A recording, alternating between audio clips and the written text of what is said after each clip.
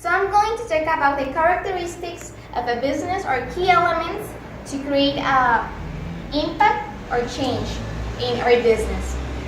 As you know, we all know the same characteristics as human activity, that we should have employees, that good idea to create a business. We should have also the equipment and all that kind of stuff, and also economic resources and all kind of stuff. But here are the main characteristics or factors to create a business. Here we have technology. Technology is a very important element. Why? Because we as entrepreneurs should have an idea of what people like, the interest they have, and all kind of stuff.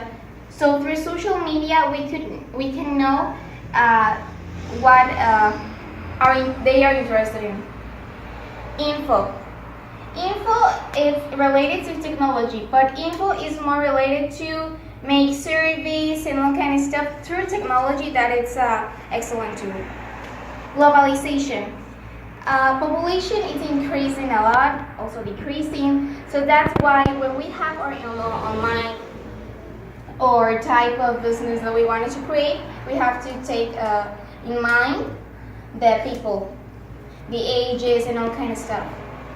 Competition. We should know about what if the business that we wanted to create, if they are similar than the one that we want to create, or what to make our business different. That's the clue. The government control.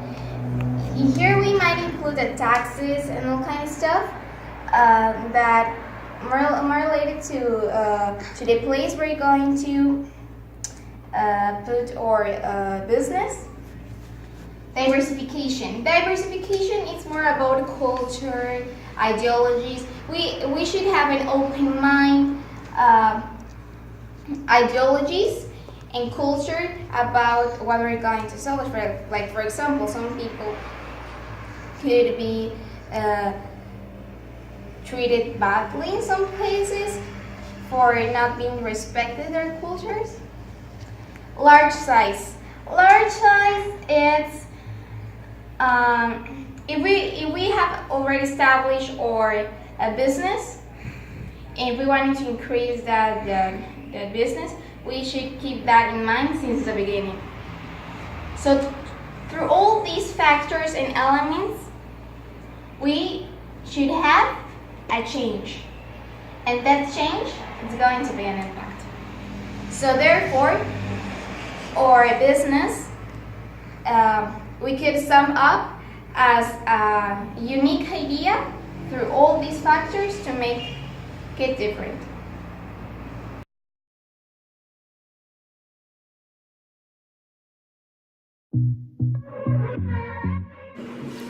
Hi, my name is Maria Fernanda Garcia Ganem, and I'm going to talk about the legal processes and steps that you need to follow to actually get your business going.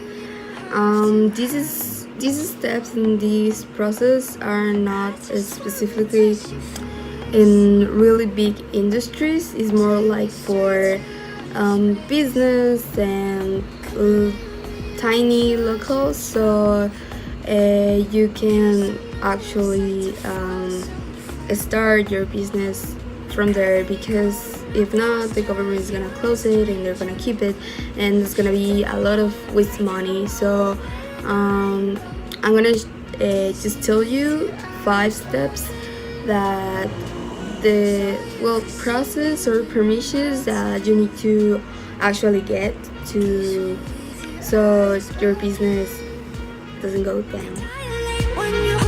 The first one is called permission of land. This one is very important because it's actually permission to use your own land. You need to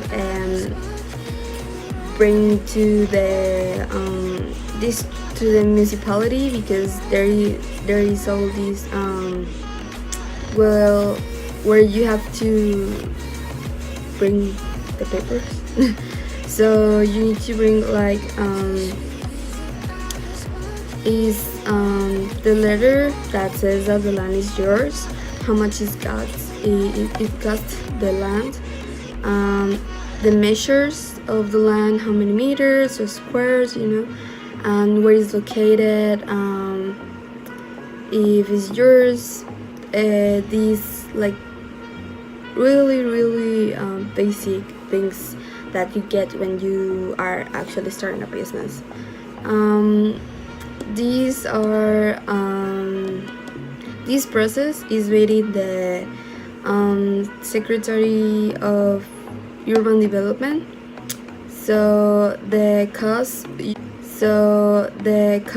usually is around 191 pesos. So it depends on the state and the land or the business that you're and the permission it's only for 2 years, so you have to renovate the permission. The second one is the declaration of open business. This one is very important because it's the one that is gonna make you open actually your business. The process, the paper is actually free, it doesn't cost anything, and is made on the municipality of your state. You can actually do it also digitally and just getting in the www.apertura.df.gov.mx, where you just fill all the format and you just put your digital print. You print it and you just put it on your business. Like sometimes when you go to a local business, there is a portrait where it comes a little paper and that's the actual declaration. The third one is the license of functionality, which is if you have a business that runs with alcohol, like bars, hotels, restaurants, and I don't know, 6 and also actually there is these 2 kind of license that you get. There's one for restaurants and hotels and the other one is for bars and discos. So and also like special salons for parties, they get a special license, and this license costs around 6,000 pesos and 12,000 pesos. This one is the most expensive license that you're gonna get. Then there is one of these exterior advertisement, which is a process where you just go to the municipality and the cost depends on the establishment and the state, and also the measure and the type of announce of the advertisement. Like these advertisements are usually like the big ones that you see, like bright, like the big LED screens, or maybe a billboard. That's also a kind of advertisement, these exteriors. And also in your local, like just the logo in the top of the business, that actually costs.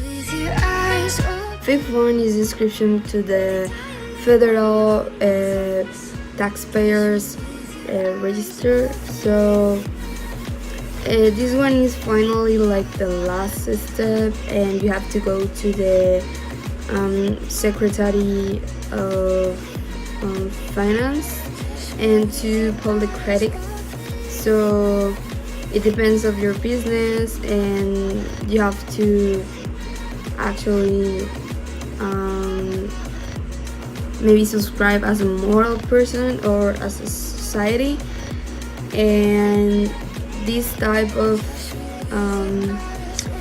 person or society, it really counts. The moral one is the one that actually is just for one person and is more physical, and the society is between more people, so it gets a little bit complicated because of these 5 steps are really important if you don't want to the government take down your business, because you spend a lot of money on it and time actually.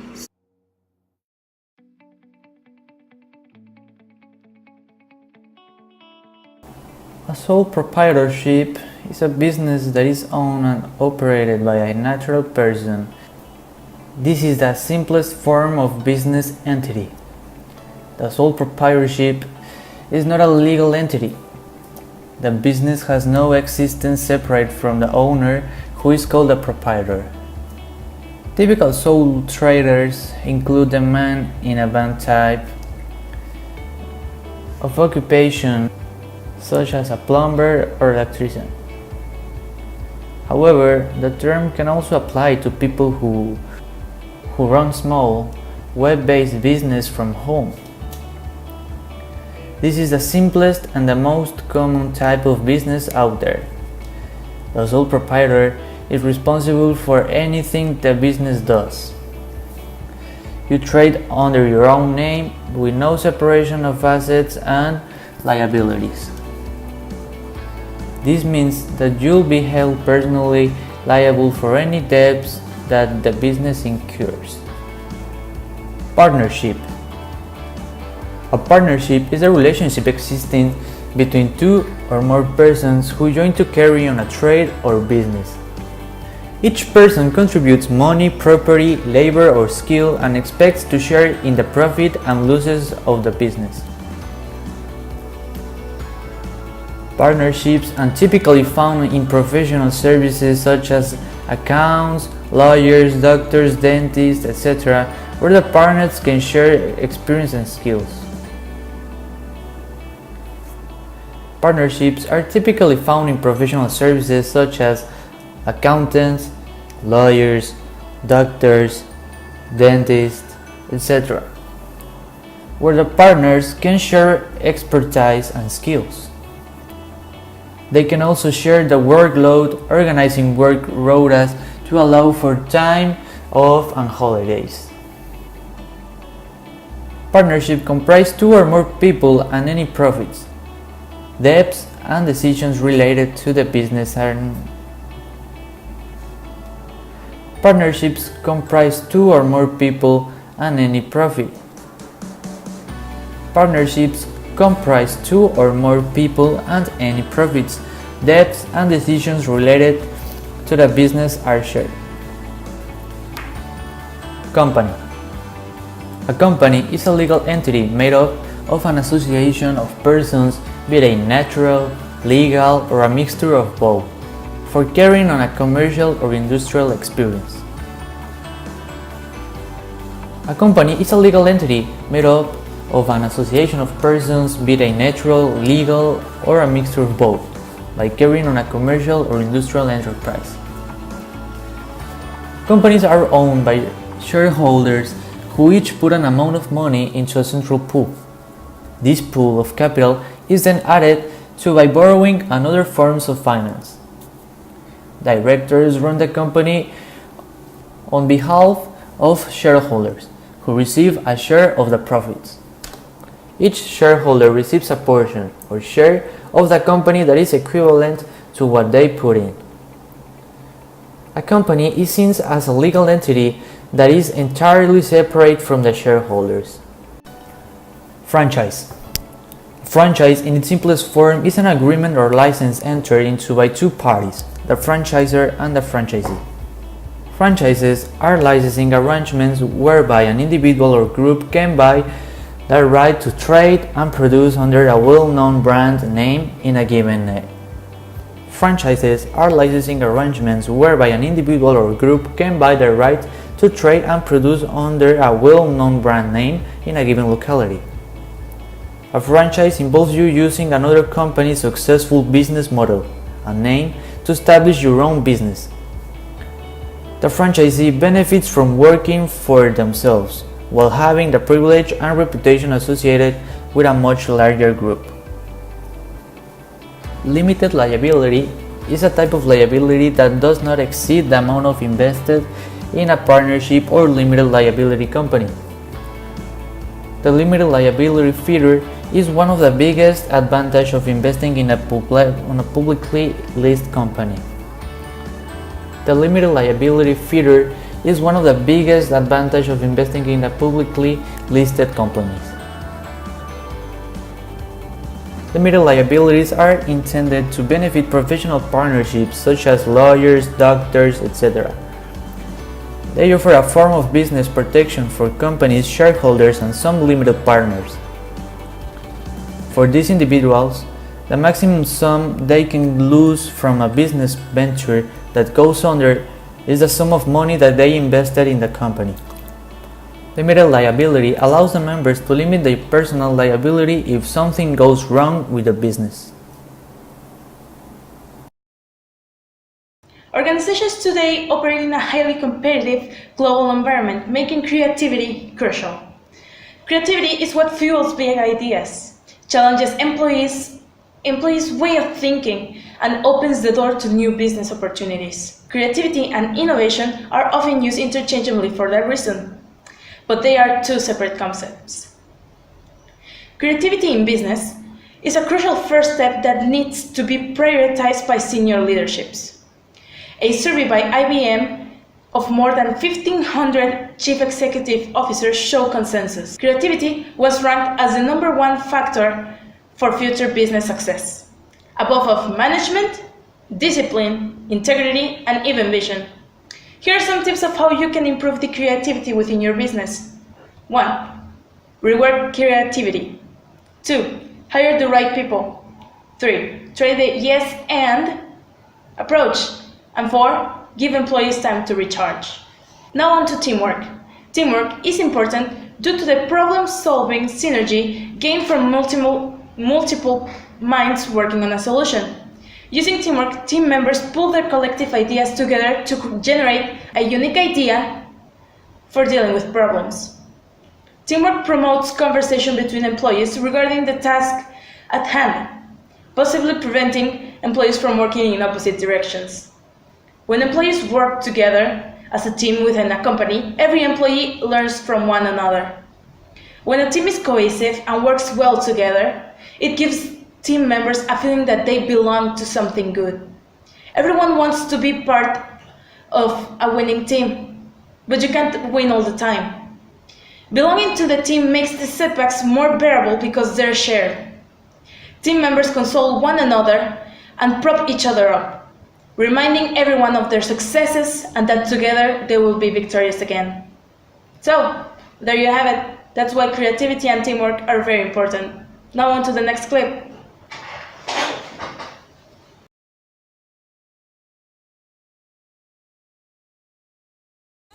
An entrepreneur needs a businessman. There can also be a person who is partially a businessman and an entrepreneur. 10. On how he defines success. A businessman defines success as the success of his business and its stakeholders.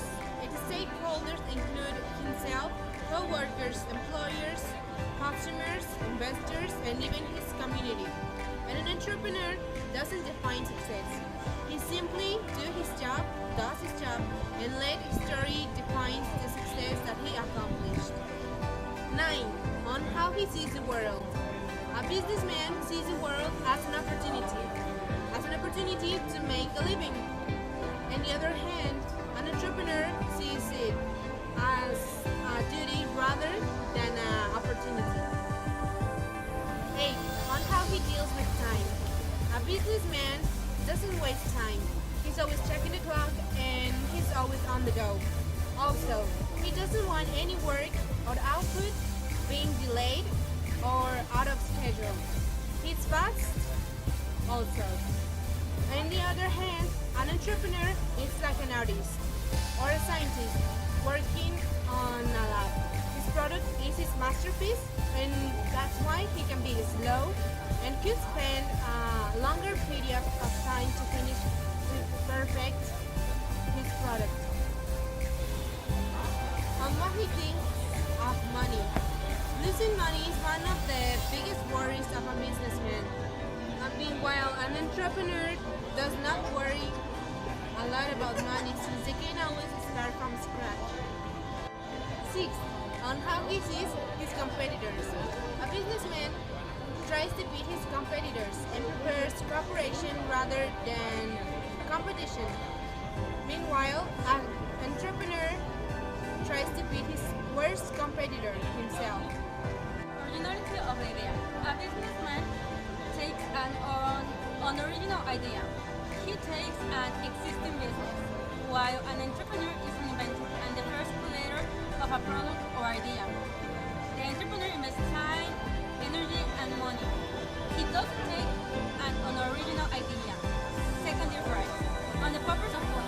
The businessman is doing business for profit, while the entrepreneur is more concerned about changing the world. The businessman is concerned on the satisfaction of the customer. Third difference, on the degree of risk taking. A businessman can afford risk. All the risk takes are calculated, while the entrepreneur is high-line. He took crazy risk because of the crisis. Fourth difference, on how he tries employees. A business owner is an employee and manager, while an entrepreneur is a friend and leader. Fifth difference, on how he treats customers. A businessman usually treats customers as the source of his sales, while the entrepreneur sees customers as the source of a deal. Businessman and entrepreneur have many similarities. They both provide jobs for the unemployed, they give solutions to their customers, and they help to develop an economy of a certain nation. But they also have differences, and here are the 10 differences between an entrepreneur and a businessman.